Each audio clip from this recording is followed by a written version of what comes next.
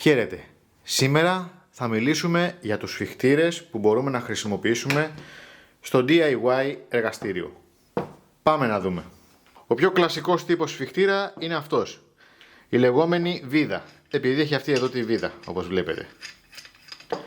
Είναι οικονομικοί, δουλεύουν, κάνουν πάρα πολλές δουλειές και νομίζω δεν πρέπει να λείπουν από κανένα εργαστήριο. Πάμε να δούμε μερικές βασικές χρήσεις τους. Όπως κάνουμε με όλους τους τύπους σφιχτήρων, τους χρησιμοποιούμε φυσικά όταν κολλάμε ξύλα.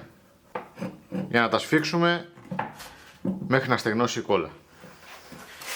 Μπορούμε επίσης να χρησιμοποιήσουμε τους σφιχτήρες για να σφίξουμε ένα κομμάτι στον πάγκο μας και να το επεξεργαστούμε, να το κόψουμε ή να το σκαλίσουμε.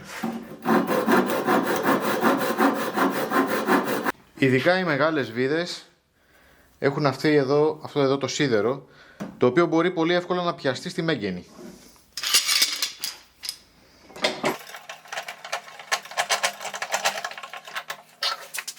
Και έτσι αναβαθμίζουμε τη μέγενή μας και μπορούμε να πιάσουμε και άλλα πράγματα και να τα επεξεργαστούμε. Που αλλιώς δεν θα μπορούσαμε να το κάνουμε.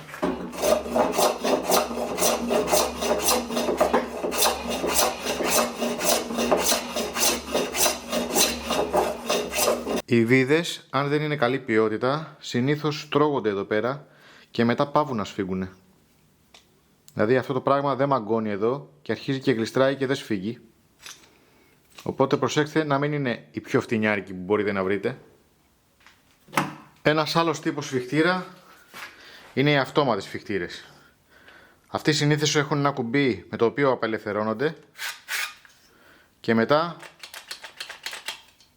με τη σκανδάλη σφίγγουνε. Αυτοί βολεύουν γιατί μπορούν να χρησιμοποιηθούν και με το ένα χέρι. Είναι και αυτοί αρκετά χρήσιμοι, αλλά έχουν το εξής μειονέκτημα. Ενώ είναι πολύ βολικοί, καμιά φορά χαλάνε εύκολα, ειδικά αν δεν είναι καλή ποιότητα.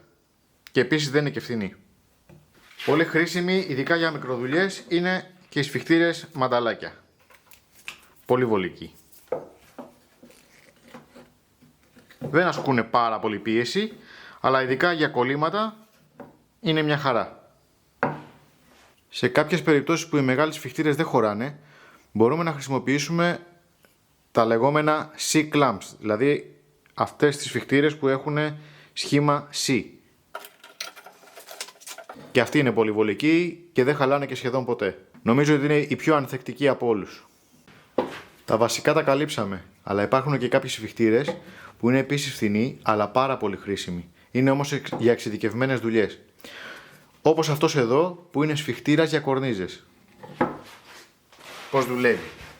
Έχουμε αυτόν τον ημάντα που τον απελευθερώνουμε για να βγάλουμε το σχήμα της κορνίζας που θέλουμε. Και μετά τον σφίγγουμε για να μην μπορεί να κουνηθεί και αρχίζουμε και σφίγγουμε το σφιχτήρα. Είναι πάρα πολύ χρήσιμοι σφιχτήρες γιατί μας κρατάνε την κορνίζα σταθερή και τις γωνίες μας στις 90 μοίρες. Πάρα πολύ βολικοί. Τους προτείνω ανεπιφύλακτα. Ένα επίσης φτηνό και πολύ χρήσιμο είδος είναι αυτό εδώ. Είναι οι σφιχτήρες που μας κρατάνε τα κομμάτια μας στις 90 μοίρες σταθερά. Εγώ δεν τους χρησιμοποιώ τόσο για κολλήματα ώστε να μου κρατάνε το ξύλο μου σταθερό για να μπορώ να το βιδώσω και να είναι πάντα σε 90 μοίρες. Πάμε να δούμε πώς. Όταν θέλω να φτιάξω ένα πλαίσιο και θέλω να το κρατήσω στις 90 μοίρες και μετά να το βιδώσω, χρησιμοποιώ αυτό το σφιχτήρα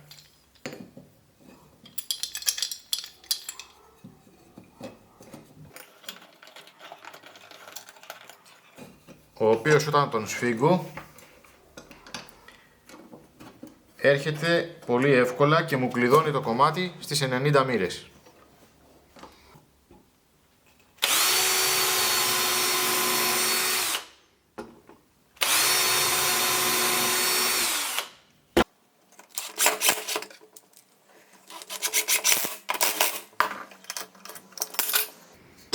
Και έτσι δεν χρειάζομαι κάποιον να με βοηθήσει ή να μου το κρατάει ίσιο. Αυτά παιδιά για τους σφιχτήρες. Φυσικά υπάρχουν πολλά άλλα είδη σφιχτήρων, πιο ακριβή, πιο εξειδικευμένοι, αλλά νομίζω τα βασικά για το DIY εργαστήριο τα δείξαμε. Όπως πάντα, ελπίζω να σας φάνηκε χρήσιμο το βίντεο και μέχρι την επόμενη φορά να είστε καλά.